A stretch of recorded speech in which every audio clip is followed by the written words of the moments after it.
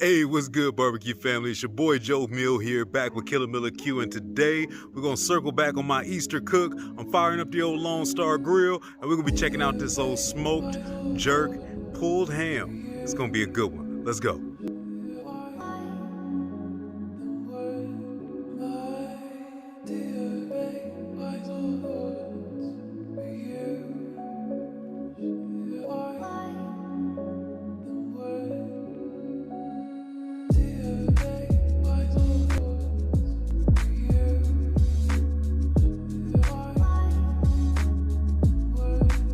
Cut the music. We are ready to go. As we can see, first off, I'm zeroing in on that ham. We got some work to do. This is a general ham that you can grab at your grocery store, not pre-sliced. However, you can see that it is already smoked. So you have got already some of those preservatives, some of that seasoning, all that stuff in there already. But that's pretty much what you normally see, pretty much what normally you're doing. We're going to be doing this pulled ham today, so we don't want it to be already sliced. It doesn't work so well. So this is solid, does got the bone in it. And we are about to start with getting together this fresh jerk marinade here. No salt in this recipe we're going to use today because we already know we got plenty of salt in that pork, as well as, just like I said, the fact that this has already been cooked and somewhat preserved. So what we are going to do is, and I give you an idea of what you're looking at as far as ingredients. We got some good old-fashioned allspice. If you got the Jamaican allspice, that one's great. About a tablespoon of that. Going in there with about a teaspoon of some cinnamon. You're looking at another teaspoon of ground nutmeg, a couple tablespoons of some olive oil, a cup of orange juice. You got about a thumb or about an inch of a piece of some ginger. Fresh ginger is the best. You got about 4 scallions or green onions that I've pretty much chopped up. 4 garlic cloves that's sitting here already broken down a little bit. And then you got somewhere in there, and then obviously you can eyeball this, get an idea how much you want. I like the thyme, definitely gives a lot of flavor. About 8 to 10 sprigs of that. And then you got a couple tablespoons normally of some dark soy sauce. I'm using a different substitution since I didn't have any of that, which is some organic coconut aminos. Similar, it'll probably do the job, won't give you too much problems at all. If you got your Scotch bonnet peppers, normally that's where you would see right here. And they got a little more heat and a little bit more flavor than you're going to get in this habanero. So usually you can do 1 to 2 of those. I got 2 of these that I did take out the seeds and devein. And the last thing that we got here is a tablespoon and a half of brown sugar. And then optional, you can throw in some dark rum if you got some, maybe about a 1/4 of a cup or something like that. But you can also omit that step. This is going to all get happy in the blender. And I'm going to kind of get this into a nice paste. We're going to break that ham out, and I'll show you how we get that done. And we're going to start right in with the liquid ingredients first. Get that OJ in there. The olive oil.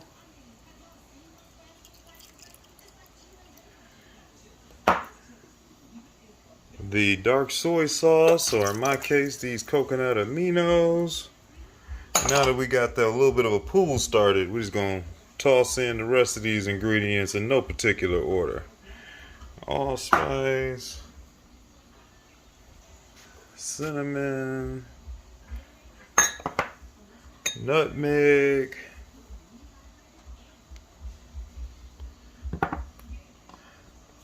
ginger, the old green onions or the scallions, your peeled and somewhat crushed garlic.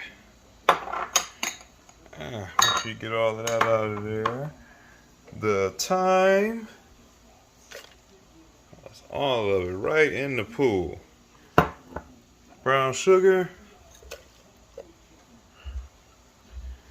And finally, my habaneros. And now we're just going to kind of gently pulse. I do want this kind of pasty. But you know, we're gonna get this down. Just using my old Vitamix. What I'm gonna do is pulse it versus actually throwing it on a setting, and then we'll kind of see where we at from there. Oh yeah. Turn it up a little bit,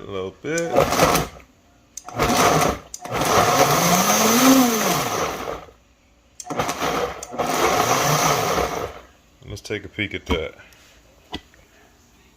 It look nice and watery.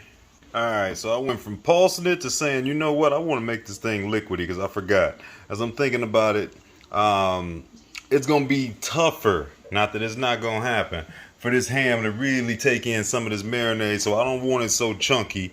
I wanted it to be a little bit more watery so it can actually get down in there in them slits a little bit. Tasted it, lots of flavors, lots of citrus. You can definitely also add like a little bit of a lemon or a lime if you want to add some more zing in there. One thing that I am going to be doing now is I got me a little base. This is about the only salt that's really going to get added on really extra. Adding a little bit of that Walker's Wood in here. Obviously, if I would have just went straight jerk marinade on here, this would have been pretty salty on this ham. So that's why we got this base being all natural and it's all fresh, which is always good. My kitchen smells amazing. Now we're going to add in some of the master right here.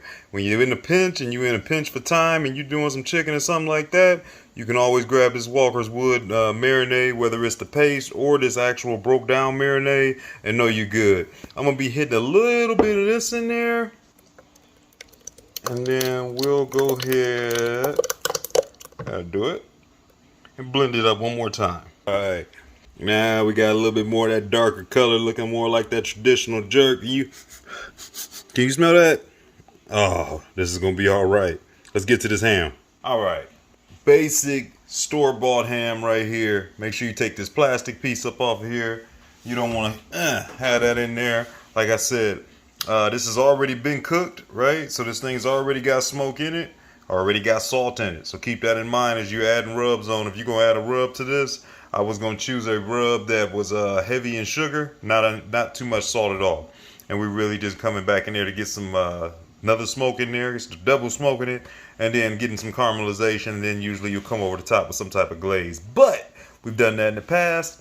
Today you're looking at a ham that has no cuts on it already, right? It's a nice piece of that. But what we're going to be doing is, first off, I'm going to actually go ahead and I'm going to score it. And that's going to look nice and pretty, which is basically nothing but we're going to put some nice cut lines on it and cut some squares across. Once it starts cooking, that'll open up a little bit more. I'm going to score it a lot deeper than normal. You know, we're doing pulled jerk ham. So at the end of the day, I don't need a perfect slice or anything like that. But what I really want to do is let some of that marinade go all the way down to the bone. After I score it, we'll probably also put some plugs in it in a couple places. So we got some holes going all the way through to really let it kind of tap through. But let's flip this thing over. Here's that old hammage. All right. You can look as you see those cut lines that we did. It's basically I got them coming across like that. Pretty much like some giant 1-inch squares. Came straight across all the way through. Boom. And then came across there. Boom. Boom. Boom. And like I said, once we start cooking, you'll be able to see that a lot more. There's that bone, right? So, as you can see what I'm holding here, this is nothing but just a skewer that I got. All I'm about to do is I'm going to go through a couple of these spots dead in the center of these squares, and I'm just going to jab it straight through, pretty much close to the bottom, but I don't necessarily want to go all the way through, even though I'm going to have this sitting in the pan. So if you do, you do. But basically, I just want to kind of jab it so I'm going more or less close to the middle, or I mean close to the bottom, but not all the way through. And it'll just be some more pockets for it to kind of more absorb into some of that jerk marinade and everything. So let's get to stabbing. Easy enough. So basically you can kind of see, like I was saying, I came in there and added some holes in. Gave it some nice punctures all the way around. This thing should be ready to rock. That little skewer came in handy. We're going to slide this marinade and this ham. I got a giant hefty sealable bag, and I'm going to throw it right into a bowl, and we'll go ahead and get this thing poured off on. There we go. I got me my giant stainless steel bowl. Tell you these bigger Glad, or actually these are the jumbo hefty bags. They come in handy. Hold this baby like nobody's business. What I'm gonna do is just slide it right in there, so that way if you got any leaks or anything like that, it's sitting right in there. The other thing is, it already kind of gives it a little bit of a domish shape, so to help keep that liquid right up on top of this meat, so it can really just be submerged without me needing to have a ton of liquid in there. And now we're just gonna slide some of this marinade over here into this bag and mix it all around. All right, there it is. Got everything all mixed around on here, especially on that back side where it's kind of sitting in it a little bit. We got the hose. I'm about to let this go hang out, like I said, in the refrigerator in that bowl. Don't got to worry about nothing dripping out overnight. And then in the morning, I'll flip this thing over before I actually get it out. And then we'll get ready to throw this thing on the smoker. All right. It's been a full overnight session. Flip this baby over in the morning. It's smelling great. We're going to get it up out of here. I don't need a lot of this extra. I mean, some people, if you want, you can keep this and then use it to baste it, the extra juices in here. I'm not going to be basting it along the way. I'm going to let it get a nice bark up. We're going to take care of it another way later on. So I'm pretty much going to take it out as is. I got me a flat pan I just cleaned off, and I want to not use it. I'm going to put it face down on here, trying to help it keep a little bit of its moisture and not completely just be sitting there on the rack taking all that air. And we're going to go from there. Just like that. So the other thing I forgot to mention, you could spray some Pam on this thing before you sit it down in here. I'm not too worried though. At the end of the day, it's going to probably give me off a little bit of fat. I did make sure that I got a nice little bit amount of the marinade all over it. I'm not going to be rubbing this thing down with no additional seasoning, so it's going in just like you see right here. And I'll meet you at the pit. Hey team, I want to jump in here real quick and let you know, thanks for following along on today's cook. If you're new to the channel, go to the bottom right corner, make sure you subscribe, check out anything that you might have missed. And if everybody else, if you haven't done it already, find me on IG, Facebook, and TikTok. So this is what we're looking like on an Easter morning. Literally yesterday was about 83 degrees and we was out here going after it. And now it has been a rainy morning, to say the least, which we don't get a whole lot of. I actually love the rain, but not so much when we about to go throw this ham in. So these sessions over here at the Lone Star are going to be short. Basically, we're going to be cooking along. I'm somewhere in between 300 and 275 right now. Got some pecan wood smoking slow and easy. But and other than that, I'm going to throw a little bit of water in there just to make sure I got me a decent amount of moisture. I never do that. Come on, let's go. Right. We over at this thing. There she is, sitting up nice and pretty. We're going to let this hang out right where you see it. That's my water that I added in, just in an aluminum pan. That's actually what I use for my Blackstone grease. But we'll let this thing hang out. Decent sized ham we got here. I'll bring y'all back in about 3-4 hours or something. Won't be a whole lot to do. 3.5 hours in, cooking on this Lone Star in the rain. Out here in AZ, obviously it don't happen that often, but there's no issues. Once this thing get rolling, man, it's like a tank. Obviously a little slow in the beginning, but like I said, it's like a tank. Thing I like too is you got a great amount of storage up under here, so I mean I can get some wood up under here. I've learned to keep this nice and full, and truthfully, once I got this full, I got more than enough wood here. I can at least get through a brisket plus, you know. So if nothing else, I always got dry wood on hand. On top of, you know, you can obviously do some things with your stack to be able to kind of dry it out and still keep it going. But let's jump in here and see where we at. I've been rolling pretty much at about 275, 300. Starting to smell real good around here. I have not peaked. Oh yeah, barking up nice. This thing's nice and going. Still got some good water. Let's see where we at here on some of these temps. Yep.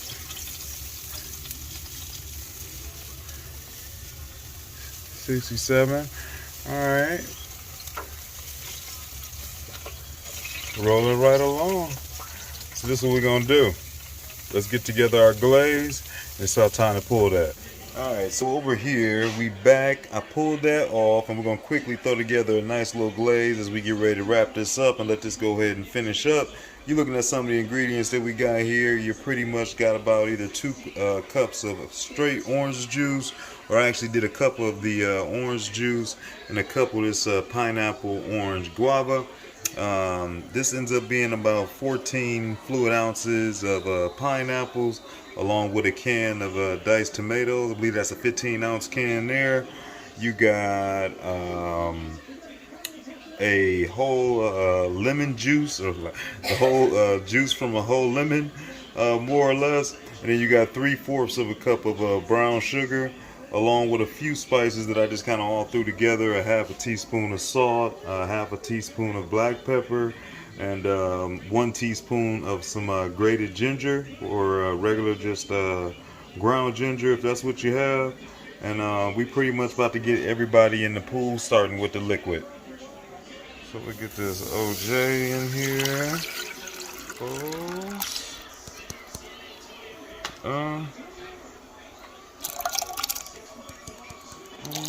There we go with the mangoes, diced mangoes. I want the juice and everything out of there. Look how much juice I was able to get out this one lemon off my tree in the backyard. So them things is ready. Get that in there. Then we're coming in with all of our seasonings, followed by the brown sugar. Let's mix all of that up. And then after stirring, we should start looking something like that. And I want to go ahead and bring this up to a boil. We're going to sweat this down, let this get a lot thicker. Obviously it's pretty watery right now, but you got a lot of sugar in here. And as it starts to boil, we'll get a little bit more of that caramelization, and everything will kind of get to mingle. Even if you taste it right now, it's pretty tasty, but we need to get thicker. But we're going to let this boil and let's go. After just a couple minutes, you're going to easily be right here. Make sure you reduce that heat down. Let's slow it down, and now let's get our simmer going for a little bit. We're going to get all of these pieces nice and soft. Grab your potato masher. We'll mash some of these just to kind of get us a nice thicker consistency, and it'll add to it. But we're going to let this roll for a little bit. Meanwhile, let's start prepping this ham to go ahead and go back out there on that smoker. Alright, so back over here with this ham, we got us a good dark bark, which is you was going to expect. You know, obviously we're trying to do this almost like a pork butt. You had that jerk on there, so you're going to get that dark looking color. So I'm liking that so far. I've tasted some of the juice that came out of here. Being in that pan, you were able to see a little bit of the moisture that we was able to retain. I like that. And this tastes amazing, actually. It doesn't taste too salty. It's not too hot either. What I'm going to do is I'm actually going to strain that right over the top of here so we can retain some of that moisture and that flavor and that salt. And then from there, I'm going to be getting some aluminum foil. We're going to start with just a little bit of that pineapple, orange guava at the bottom. And then what we're going to do is when we finish that glaze, it's coming right over the top. There we go. So that's just that initial drippings. You go ahead and strain it, like I said. Get rid of some of those impurities, some of that fat and everything. Give it some of that moisture and that flavor right back over the top. Won't have to add too much of guava at the bottom, but we're going to add just a little bit more to fill this out. And I'm going to go ahead and wrap it up now, lightly, throw it back in the oven so that way it don't lose too much of its heat while we're waiting on the rest of this glaze to finish up. And I've been stirring this along the way, but pretty much went ahead and now, let me get back a little bit. Went ahead and threw that ham in the oven. It's wrapped up, it's chilling. To the oven on about 200 degrees just to kind of keep it along the way so it's not losing too much on the weight. But as I've been stirring, I noticed that these are definitely getting nice and soft. So I'm about to reduce all the way down to low, and let's mash a few of these up. And basically all I want to do is create some mush. Some of these I'll leave whole, but more than half of these I want to kind of reduce in half, hopefully. Hopefully I can get this going a little bit.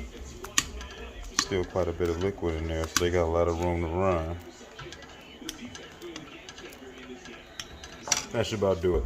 I mushed them up pretty decent, as you can see. Don't got all those big chunks, but you still got some, varying more or less. But now we're just gonna let this thing kind of roll out. Remember to keep on stirring it every once in a while and keep it moving. And we're just gonna let it thicken up a little bit, and then once we reduce it from the heat, it'll should thicken up a little bit more. All right, with the miracle of television, here we are about 15 minutes later. You can see we have reduced quite a bit. I want to say initially, you can almost see that initial line was like way up there. We all the way down there. Definitely look a little bit thicker. I'm about to remove this from the heat and let it chill out for about 5 minutes. And then we should be about ready to go ahead and get this spoon right on top of that ham. Alright, so that's had long enough to cool off. I kind of switched it over into another bowl.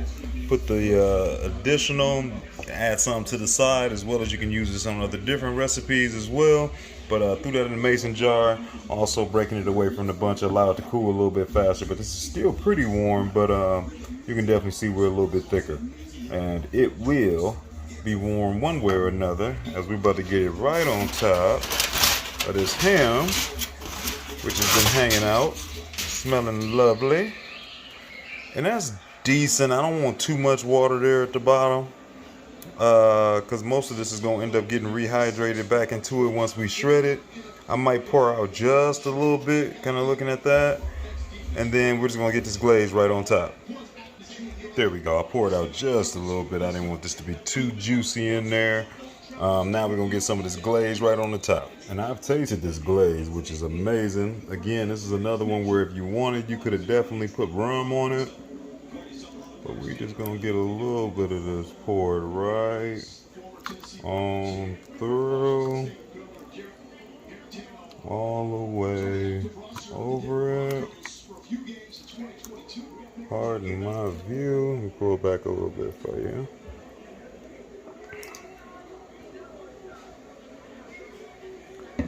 And now, let's get this thing wrapped back up.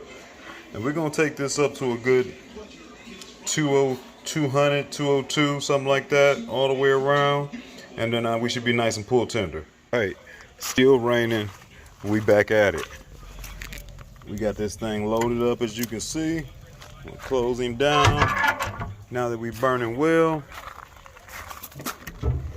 we wrapped up, we holding out. I'll bring you back in about, maybe we'll check on it in about 45 minutes. We'll see where we at. Hopefully we'll be pulling soon. So it's been about 45 minutes since we was last in here. I think this thing should be about done, but we're gonna kind of temp it out and try to get some good readings, hopefully not too far up on that bone. Woo, it's steamy. Oh man, instantly that smell just hit me. Can y'all smell that? That's that bone right there. Let's try over here. And it's pretty tender, but not tender enough though. Not for pulling. Nope. Let's load it up. We got a ways. I ain't mad at it. We got time. Over here is a little bit better. 185. Over there was like still in that 170-ish range. I'm gonna give it a rotation. I'm gonna spritz it with its own juice real quick, and then keep it rolling.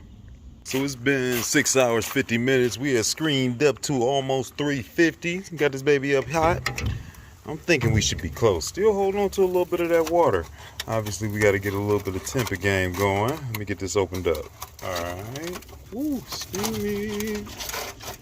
You can tell how that baby's opened up a little bit. Looks like that bone's starting to push out a little bit. I'm telling you, man, the smell, amazing. That juice down there I done tasted is amazing. Oh, that felt a lot more tender.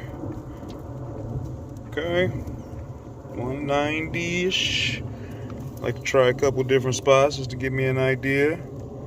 That one there is around where I need it to be. These are small spots, so that's close to the bottom. In there in the middle. Okay, we're around the bone over there. 80. Let me try to get one in the back. 90. All right, so we getting close. I say another 5 to 10 degrees. Oh, we back at it, troops. As you can see, this rain is back in full effect. So I can see pretty much from here. That grill's still rolling along. Right now I'm at about 275, 250-ish in between there. Looking clean and smooth on the smoke like normal. We're almost at 7.5 hours. Let me run over there and get a quick temp. It ain't that bad, man. Now that I'm over here, tell you what, every time I get over here, it sure smells good though. Woo. As you can see, I kind of gave it a rotation to get this backside closer to the fire.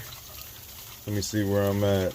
97, 98-ish. I mean, that's pretty close. Now that's where I like how I feel. That's how it's supposed to push in. No fighting at all. Overall, I think we're good to go. Let's get it up off of here. So this baby has sat long enough, good 15-20 minutes in the the microwave, more or less open. That juice is down. That's about the level I want.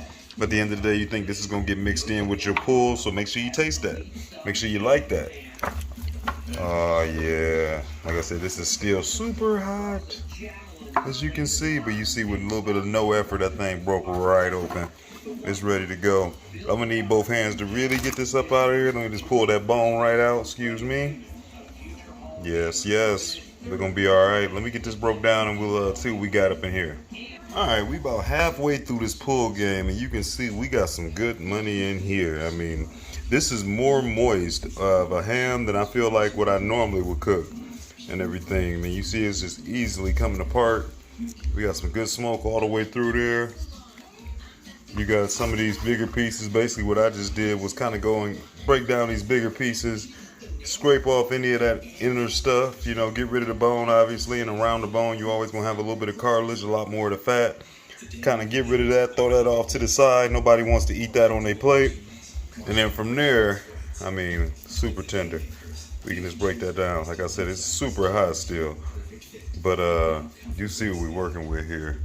That bark is good. Meat is super tender and moist. And then we're just gonna basically break the rest of it down, give everything a nice toss in this juice, and we can throw together a sandwich. And there it is. Pulled it off, got it all broken down, and I got a lot more actually. It broke down to quite a bit, but this came out phenomenal. I've been tasting along the way. I've already got the seal of approval from my little baby, so I'm happy about where we're sitting at right now. The one thing that I was debating on doing, and I might have done if she wasn't going to be eating some, would have been to add a little bit of that jerk seasoning now to the middle, just to give you a little bit more, maybe a heat. But as far as flavor and everything and salt, I'm absolutely perfect where we at. So I'm going to leave it alone. We're going to have it just like you see it. And then you can always throw this on the bun or whatever have you. But this came out super tender. It's got a beautiful smoke in there. And these bits where you got some skin is major. And I'm going to tell you something. That ham took about 8 hours, but was slamming. At the end of the day, I put what? This is like my third ham video I done put on here for y'all. I did a cherry bourbon ham. I think we did an apple cherry double smoked bourbon type ham one time. This right here is the best ham I've made so far. Flavor was through the roof.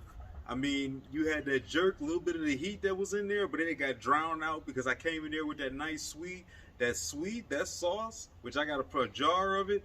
Putting that to the side, might even freeze it to make sure I can hold on to it for a while. I'll be using that again. I'm thinking about maybe some kind of like maybe a jerk taco, whether it's chicken or pork, something like that. And then coming back over the top with that nice sweet jelly, had a perfect flavor. My daughter loved it, wifey loved it. That one there was a winner for sure. Pretty simple as far as the overall cooking process. Just make sure that you do not get that spiral cut ham, because at the end of the day, that's not going to be able to pull for you. But that was my first time doing a pulled ham. I actually like that. Compared to my normal spiral ham, the initial first time, if you've seen on there the video that I put on, that one was a sliced ham and I did it sideways. I think that's like probably my least favorite way, only because it opens up so much and it starts to dry out quite a bit. Putting it down, face down, did allow for the most of that moisture to kind of stay together, which I did on my second ham. But that pulled ham right there, by far, that is way more flavorful and way more moist and juicy than both of the other hams at the end of the day. And both of the other hams was great. But if you're a person that's always cooking all the time, you're always trying to notch it, beat one over the other. And at the end of the day, that ham right there had way more flavor. Did kind of get almost to that like pulled pork type of a consistency, but still had that ham flavor. You got a little bit of that bark mixed in there, and then you know, it was super easy to go in there and take out the rest of that little ham bones, the little cartilage, stuff like that, and you left with a whole lot of good products. So like always, it's about to kind of learn, separate that out. Some of that's going into the freezer instantly, and then for the rest of it, that's what we smashing on. But overall, that was a pretty damn good cook. I enjoyed that one a lot. Big shout out to you for checking out this video. All my family and my boys over there at Black Smoke Barbecue, and you out there at TV Land, you know I appreciate y'all, and I'll catch you next time soon. Peace.